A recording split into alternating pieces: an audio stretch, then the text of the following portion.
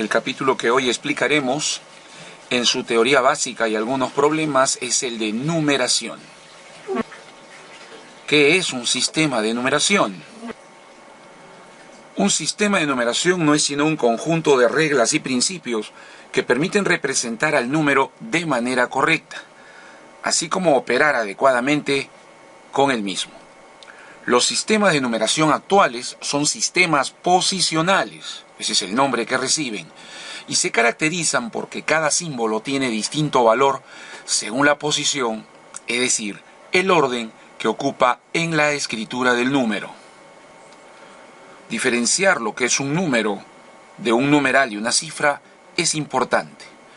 Número, que proviene del latín numerus, es la noción, es decir, la idea con entendimiento que tenemos de la cantidad y que resulta de contar los elementos que forman un conjunto.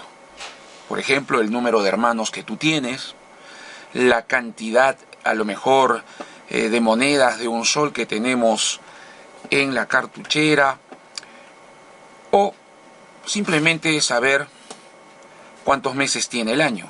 La noción, la idea que tenemos de esto es el número. En cambio, un numeral es la representación que hacemos del número en forma escrita. Mientras que la cifra es el símbolo aceptado en un sistema de numeración. Por ejemplo, en el sistema de numeración decimal, las cifras que hemos aceptado y utilizamos son las que van del 0 al 9. El sistema de numeración que utilizamos es el decimal, denominado también sistema décuplo.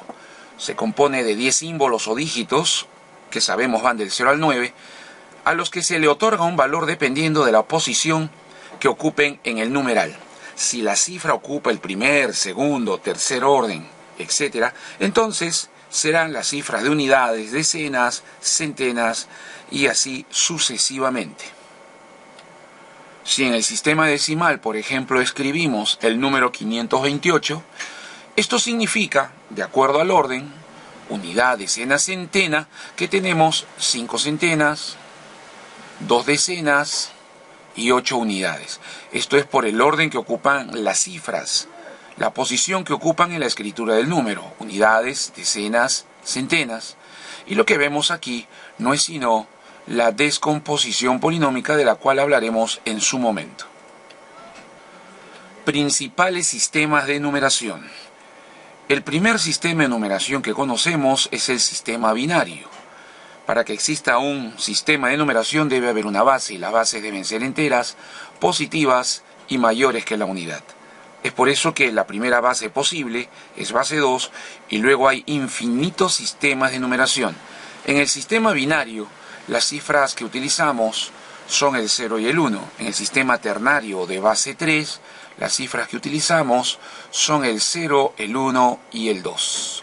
En el sistema cuaternario de base 4, las cifras son el 0, 1, 2 y 3. Es decir, en el sistema de base 2, las cifras son 2, el 0 y el 1. En base 3 son 3, el 0, 1, 2. En base 4 son 4, el 0, 1, 2, 3. Y note usted que siempre la máxima cifra en cualquier sistema es la base disminuida en 1.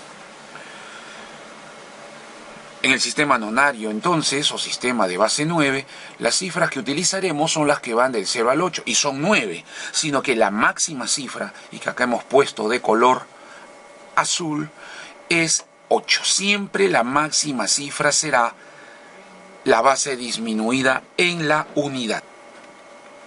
Como hay sistemas mayores que el decimal, por ejemplo el sistema undecimal o duodecimal, que es de base 11 y base 12, en base 11 las cifras van del 0 al 10 y en base 12 van del 0 al 11. Pero como la última cifra o símbolo que la humanidad ha creado es el 9, el 10, que es un dígito o una cifra, la representaremos por alfa, de manera convencional. Y el 11, 9, 10, 11, lo representaremos por beta y así sucesivamente.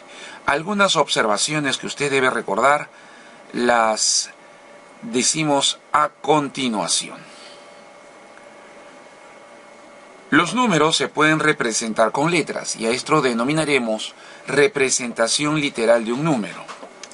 Cada letra representa una sola cifra. Por ejemplo, esto es un número de 2 cifras, de 3 cifras, de 4 cifras y debe colocarse una barra en la parte superior necesariamente para una mejor distinción.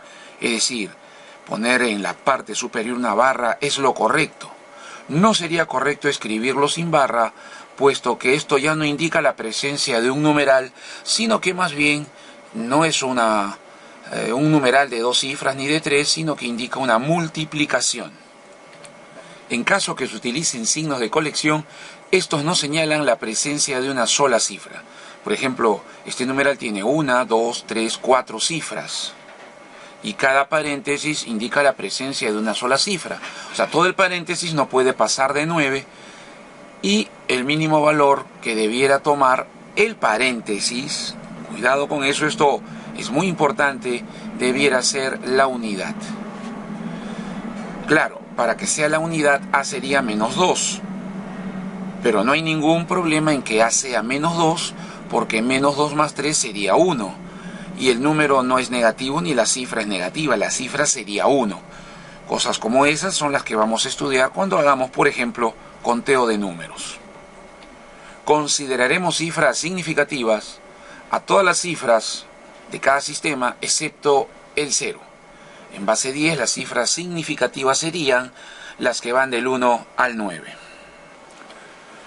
Denominamos números capicúas a todos aquellos números cuyas cifras equidistantes de los extremos son respectivamente iguales. Si usted observa, el 2, casualmente, cifra inicial es también la cifra final. La segunda cifra es también la penúltima y las cifras centrales. Si este número usted tuviera que escribirlo de revés, si usted escribiera esto de revés, reproduciría el mismo número. Lo mismo sucede aquí. La cifra 3 inicial coincide con la cifra 3 final. La segunda cifra es igual a la penúltima. La tercera es la antepenúltima y las 2 centrales. Eso podríamos recordarlo con esta mnemotecnia. Si usted lee en este numeral que he representado con letras de izquierda a derecha, usted leerá: dábale arroz a la zorra el abad. Si usted lo lee al revés, es lo mismo: dábale arroz a la zorra el abad. O por ejemplo esta otra palabra curiosa: no traces en ese cartón. Si usted lo lee de revés, también leerá: no traces en ese cartón. O esto último, por ejemplo, para entender que el número puede leerse en ambos sentidos, dice: no son, o mejor, son robos, no solo son sobornos. Si usted lo lee de revés, dice lo mismo: son robos, no solo son sobornos. A estas expresiones en palabras se les llama palíndromos. La base de un sistema nos indica la cantidad de cifras disponibles en un sistema de numeración. Es correcto afirmar además que una base indica cuántas unidades son necesarias para formar la unidad de orden inmediata superior. Esto quiere decir, por ejemplo, que cuando usted tiene 10 unidades ha logrado una decena. Si usted logra 10 decenas, lo que ha logrado es una centena. Cuando usted tenga 10 centenas, lo que habrá logrado es un millar. A eso se refiere con la cantidad de unidades necesarias para formar la unidad de orden inmediata superior. Y como en base 10 lo hacemos de 10 en 10, es lo correcto. Existen infinitas bases de numeración, puesto lo que necesitamos es simplemente que la base sea un número entero, positivo y mayor que la unidad, siendo la primera de todas base 2. Recordemos una vez más que la cifra es el símbolo aceptado en un sistema de numeración y que la máxima cifra que se puede utilizar en un sistema de numeración es numéricamente igual a la base disminuida en la unidad. Es bueno recordar siempre que la cifra debe ser menor que la base, necesariamente. Esto último nos permitirá, por ejemplo, resolver esos clásicos problemas como el que explicaré a continuación. ¿Cuántas veces nos hemos encontrado con este problema en libros y prácticas? Y como lo vemos abundante, vemos tantas letras, pensamos cómo lo podríamos plantear. Verán ustedes que realmente es muy sencillo con el principio anterior de que toda cifra es menor que la base. Por ejemplo, si usted se concentra en este primer numeral, pues 2 es menor que A, 1 menor que A, 4 menor que A, porque casualmente las cifras son menores que la base. Si eso lo escribimos, podríamos decir casualmente que 4 es menor que A. Si de inmediato buscamos dónde está A nuevamente en otro numeral, lo vemos en este penúltimo número. Y casualmente podría yo decir que como A es una cifra, es menor que la base. Si eso lo expresamos, ya puedo decir que A es menor que B, además, y me quedaría la relación 4 menor que A y menor que B. Si a B lo buscamos nuevamente, lo vamos a encontrar en este tercer numeral. Y como es cifra, aquí es menor que la base. Casualmente, podríamos decir ahora que B es menor que C. Y la expresión queda ahora mucho más amplia. 4 menor que A, menor que B, menor que C. Si a C lo buscamos, lo vamos a encontrar en este último número. Y lógicamente C es menor que D. Casualmente, si C es menor que D, ahora tenemos la expresión 4 menor que A, menor que B, menor que C y menor que D. Por último, D está en este segundo número y como D es cifra, es menor que la base. Casualmente, la expresión quedó 4 menor que A, A menor que B, B menor que C, C menor que D y menor que 9. Como las cifras son necesariamente números enteros, pues tranquilamente podríamos nosotros decir que A, B, C y D son 5, 6, 7, 8 como valores correspondientes. Nos están pidiendo A por B más C por D. Reemplazamos y operamos. 86 lo encontraremos en la alternativa letra A. Un segundo problema podríamos mencionar al número Capicúa. Por ejemplo, dado el número Capicúa siguiente, ahí lo tenemos en pantalla, hemos aprendido por las observaciones anteriores que un Capicúa es aquel cuyas cifras equidistantes de los extremos son iguales. La primera con la última, la segunda con la penúltima y las cifras centrales. Casualmente, si eso hacemos e igualamos las cifras que son equidistantes, pues vamos a notar que se forman tres ecuaciones muy rápidas de ir reemplazando y determinando los valores de A, B y C. Estos valores se han encontrado simplemente formando, como observas, rápidas ecuaciones, igualando, por ejemplo, en este primer caso, la primera cifra con la última. Luego hemos igualado las dos cifras centrales, porque conviene hallar primero B para luego recién reemplazarlo con la segunda y penúltima. Al haber encontrado los valores de A, B y C, lo único que hacemos es reemplazar para decir que la respuesta es 72. Recuerde, un número Capicúa es aquel cuyas cifras que equidistan de los extremos son iguales. Y no interesa si hay 1, 2, 3, 4 incógnitas, tenga usted por seguridad que lo podrá resolver. Otro problema que se presenta frecuentemente con dificultad es expresar en símbolos lo que nos dicen en palabras. Por ejemplo, este pequeño ejercicio que dice cuántos números de dos cifras son iguales a 7 veces la suma de sus cifras.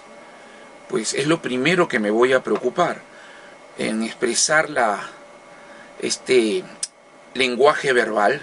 Esa es la expresión correcta, que dice números de dos cifras iguales a 7 veces la suma de sus cifras. Este lenguaje verbal es el que voy casualmente a expresar de inmediato en forma simbólica.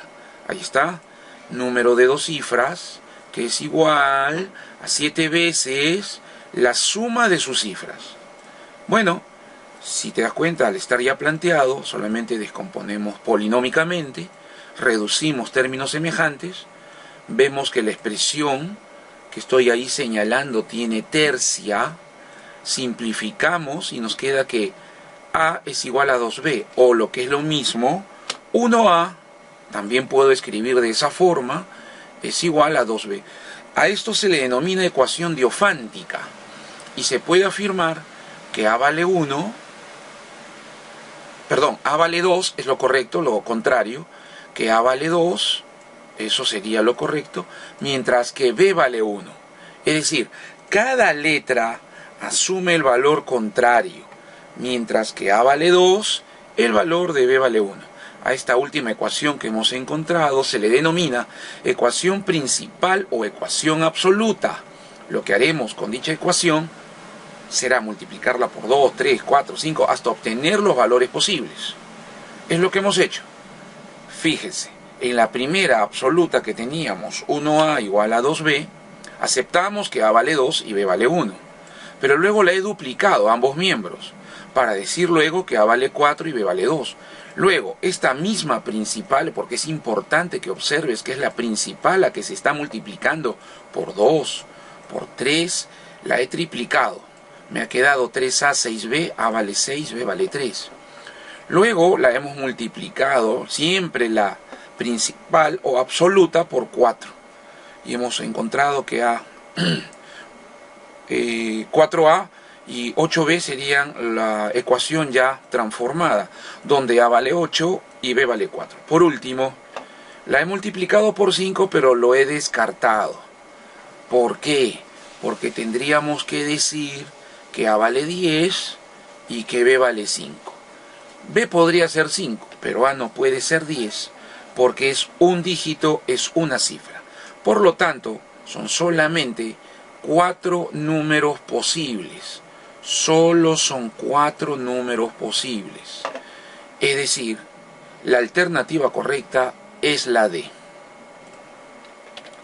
Estamos visualizando ya otro ejercicio que suelen preguntarme bastante los jóvenes de cómo plantearlo. Te vas a dar cuenta que simplemente es expresar en símbolos lo que en palabras nos están diciendo, bajo un razonamiento previo y muy corto. Dice, una persona nació en el año 1900 y pico, y en el año 1900 y otro pico tuvo esta cantidad de años que se señala. La pregunta es, ¿cuál fue el año en el que tuvo, ¿no? ¿Cuál fue el año en el que tuvo A más B al cuadrado años? Lo que vamos a hacer para determinar la edad cumplida de la persona es restar el año actual, el actual del problema obviamente, con el año de su nacimiento. Entonces, si nació en el año 1900 AA y en el año 1900 B tuvo esta cantidad de años, lo que haremos es formar esa ecuación, es decir, restaré el año actual, el del problema, menos el año del nacimiento. Luego podemos restar, está asegurado la parte de 1900 menos 1900, 0. Nos queda la parte literal en cada uno, que es la que aquí observamos en el primer miembro. Descompongo, si se da cuenta usted, son números de 2 cifras, así que el primero es 11b menos 11a, es descompuesto polinómicamente. Luego reduzco términos semejantes, luego simplifico y una vez más, mire usted, tengo aquí lo que sería la ecuación principal o absoluta. Que ¿por qué no la voy a multiplicar por 2, por 3, etcétera? Porque solo multiplicarla por 2 ya B sería 10 y B no puede ser un número o un número sí de 2 cifras. Por lo tanto, nos quedamos simplemente con la expresión inicial. Como me piden la edad que tendrá dentro de A más B al cuadrado años, he tomado la edad de su nacimiento, he reemplazado el valor de A, que casualmente es 2, sería 1922, he reemplazado el valor de B, el de A ya lo conocía, que es 2 y 5, 2 más 5, 7 al cuadrado 49, hemos sumado y ya tenemos en qué año cumplirá esa edad. Cumplirá 49 años en el año 1981, que para nosotros realmente ya es en el pasado. Espero que en esta oportunidad hayamos podido ayudarte de la mejor manera posible. Hasta pronto.